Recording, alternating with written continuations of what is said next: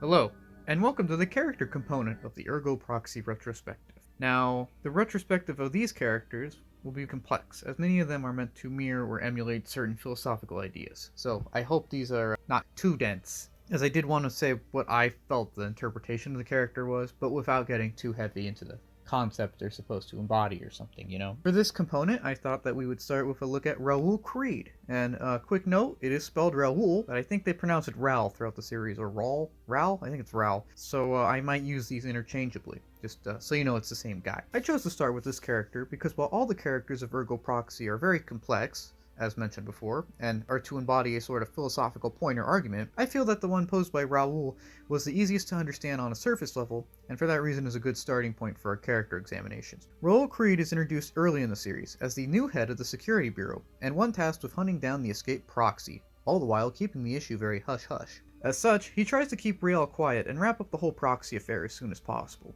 He soon learns that there are two proxies about, however, and is about to file a report on this when he remembers something important. He remembers that he used to meet his new family at the mall. As such, he calls it a day and heads on to the mall to meet them. Unfortunately, this is the same mall which ends up seeing the Monad versus Vincent fight, and both his wife and new child perish, while his auto-rev pseudo-daughter Pino is separated from them. Now, having just been stripped of everything from him, right in front of him, but still expected to do his job, Raul starts to develop a personal loathing for both Vincent and the administration of the city, who seem pretty ambivalent about his great loss. As such, he frames Vincent for the mall attack, though this only ends up seeing Vincent leave Pino out of the airlock of the dome. Raul, however, learns that Vincent is outside the dome, and still seeks to have him brought to justice in his eyes, as his instincts tell him that Vincent has the answers he seeks. From here, Raul starts to slowly but surely act more emotionally and chip away at established procedure. It starts with forgetting to file a report that Vincent is alive and outside of the commune, and, eventually goes to destroying said commune and other behaviors. As he becomes more and more obsessed with his quest to get Vincent, he starts to become more individualistic and realizes the bureaucratic hell that Romdau is. He realizes that he is living in a very artificial and stifling environment, one which he thinks is holding him down.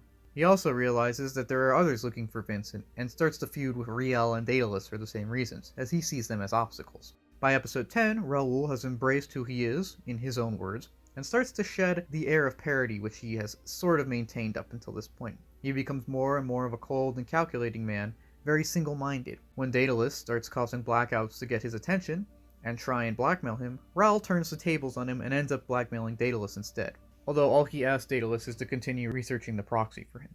In addition, frustrated by the plotting pace of the administration, Raul starts to openly loathe and question them. His questioning only intensifies in episode 15 when an intercepted feed from the MCQ show Something's Up in Romdau. This accumulates 2 episodes later when Raul calls out the regent for his complacency, berates the powerlessness of everyone involved, and gets fired, and then fires off an ICBM in defiance. Instead of getting killed for this, however, and also knowing that, they're pretty useless, and that Raul did have some points about stagnation, the governing council instead gives Raul almost carte blanche to do what he sees fit for the goodness of Romdau. As such, Raul proclaims that they will make a society free of gods, one past gods, and that they will overcome the obstacles of the world on their own, and reshape the world for humanity's sake, to fight for their very existence. As such, he instructs Daedalus to genetically modify the population so it can survive outside of the dome. And he also dabbles in martial law. As the city slowly descends into chaos because of the failures of all of his experiments, Raul does take some comfort in Vincent's return. This is because it allows him an opportunity to shoot him with one of the proxy killing bullets, although it fails to kill Vincent, and Raul just ends up mortally stabbed by the Monad clone under Daedalus' instruction because of a squabble with Daedalus. Daedalus is the exact opposite of Raul, a very complacent man, willing to see everything around him burn and everyone die as long as he's comfortable. A man with almost no sense of fighting. As he stumbles through the burning city he has made, Raul seems to reflect on the path that got him here, and does seem to show some regret as he expresses a wish to simply see Pino, his last living relative, one last time. This request is granted as he is pushed upon a shard of glass and bleeds out, ironically dying in the city he sought to escape. With such a long story, it's no surprise that Raul is a very complex character. He starts off as a very professional and distant, yet oddly passionate man. He's a man who believes in results and has a good deal of self-control to start. Though as this wears away over time, we soon start to see a man with much more animalistic and defiant traits. A man who lets his passions guide him in his quest to fix everything. A quest which ultimately ends up breaking everything because he becomes more focused on big, vague goals and revenge than realism, stability, and results. You see, Raul Creed, as plainly stated in the series, is the force which above all else stands for breaking free of the constraints of the world. He is a manifestation of the will to power. Now, the will to power is a very nebulous term used by the philosopher Nietzsche, which can mean anything from the will to grow personally, the will to grow your wealth, the will to get strong physically, the will to political power, the will to live. Very nebulous, and it's not systematically defined. As such, it's a term with both very positive and very negative interpretations, and Raul's case can be seen as a tragic and negative one. His will to power is an irrational manifestation brought upon by both his own nature and the trauma he has been through. He wills to power because of his past experiences being powerless. His own emotions, however, taint his objectivity, and it means that his power and his will to power is never 100% clean or never 100% well guided. And instead, Raul becomes a sort of ends justifying the means kind of guy.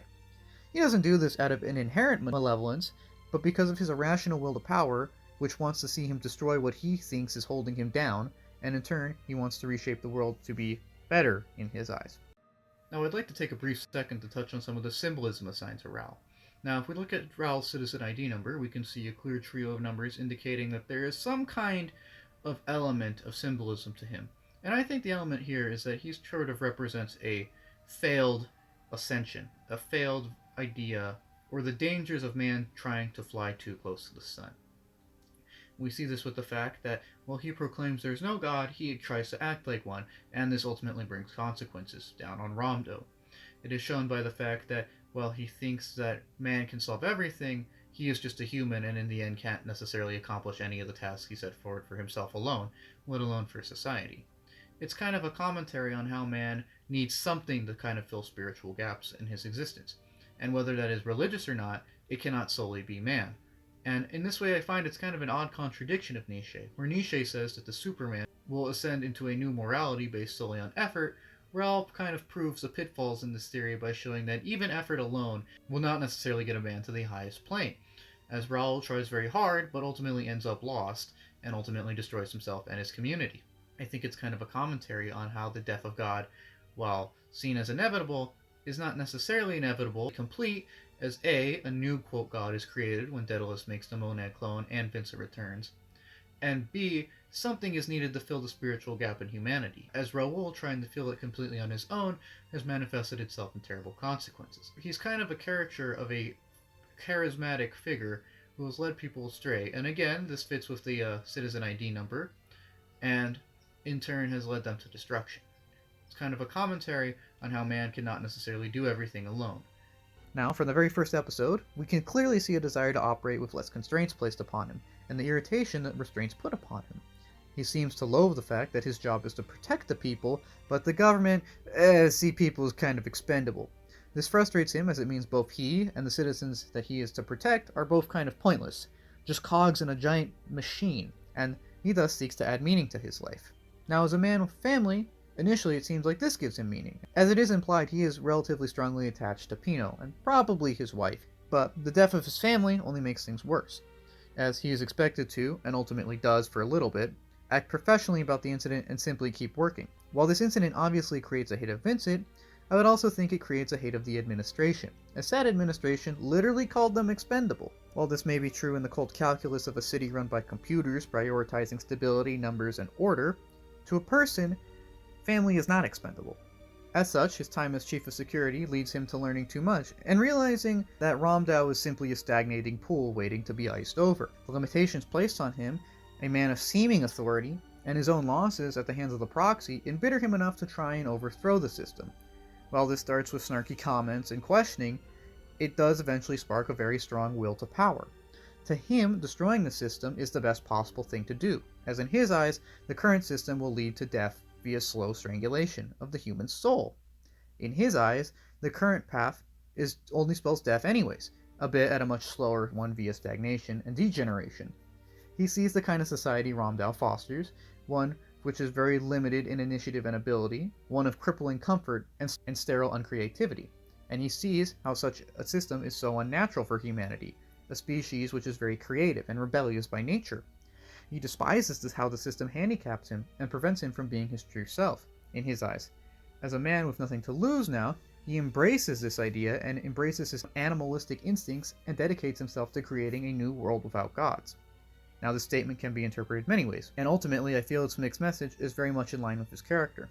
On one hand, he knows that proxies are now unreliable and humanity must fight to exist.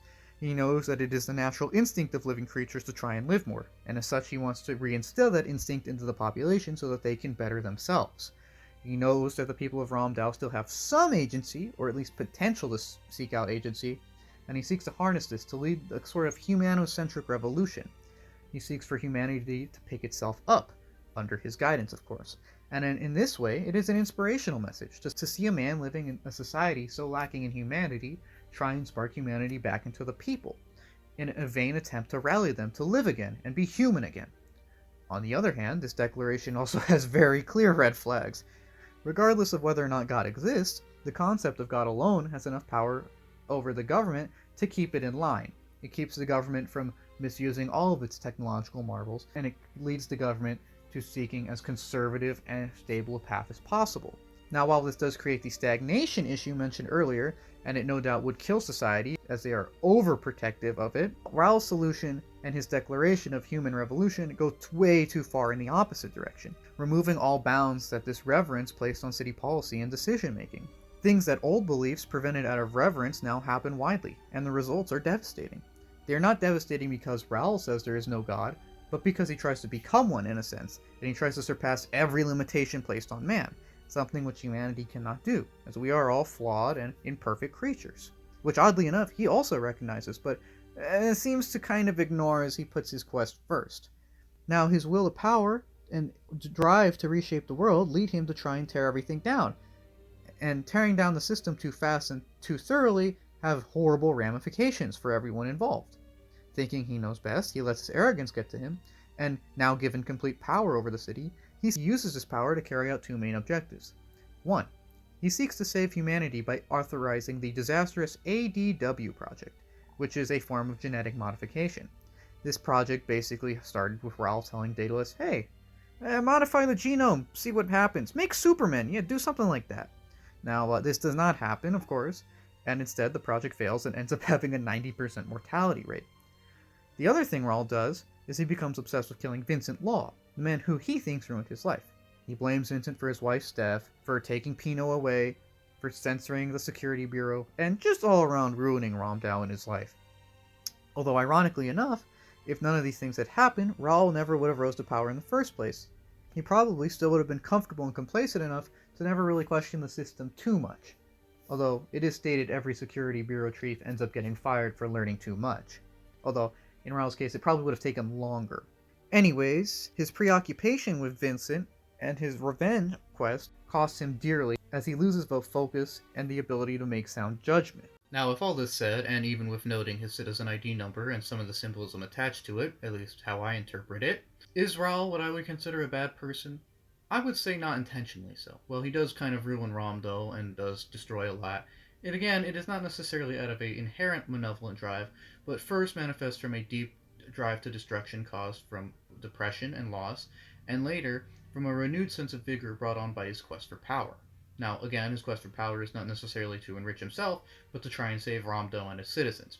It just happens that he's a very, very, very, very, very misguided man, and that this manifests itself in very destructive projects. While I would not say he's a good man, I would not say he's necessarily the devil himself, as he does show connection to his family and genuine remorse for having lost them, especially Pinot, and simply seems to be a man lashing out in a world which is so uncaring. For that reason, I do consider him more of a tragic character than an inherent malevolent character. He does serve very well as an antagonist, though I would say more of a tragic one than one necessarily acting out of pure spite or malevolence. Again, that's not to say he's a good man. I will go on record as saying that he's probably a bad man, but it is, again, just to say that these bad behaviors and bad actions came from a place of emotional vulnerability, came from a place of loss, and not necessarily from a place of intentional evil. This paints Raul as a sort of tragic character, as his disastrous quest for power is simply brought upon by his own desire to no longer be powerless. He simply wants to try and help everyone in his own warped kind of way. As such, even though he can be a cold, rude, selfish man, a man who doesn't really seem to care about anyone else, it is somewhat hinted at that he does value humanity, or at least sees great potential in it, and seeks to use that potential to better itself. As such, Raul's a very ironic character as well. Ironically, he tried to save humanity, yet the last member of his family he wanted to see was an autorev. Ironically, in his quest to kill God, he is killed by a clone of God made by man. Ironically, while he wanted to save his people, he just ends up killing them all. Ironically, while he wants to be a logical and controlling man, he is consumed by his emotional urges and loses all control. Ironically, while he painted embracing humanity as the solution to all the issues of the world, he instead is consumed by his own humanity and his own human flaws.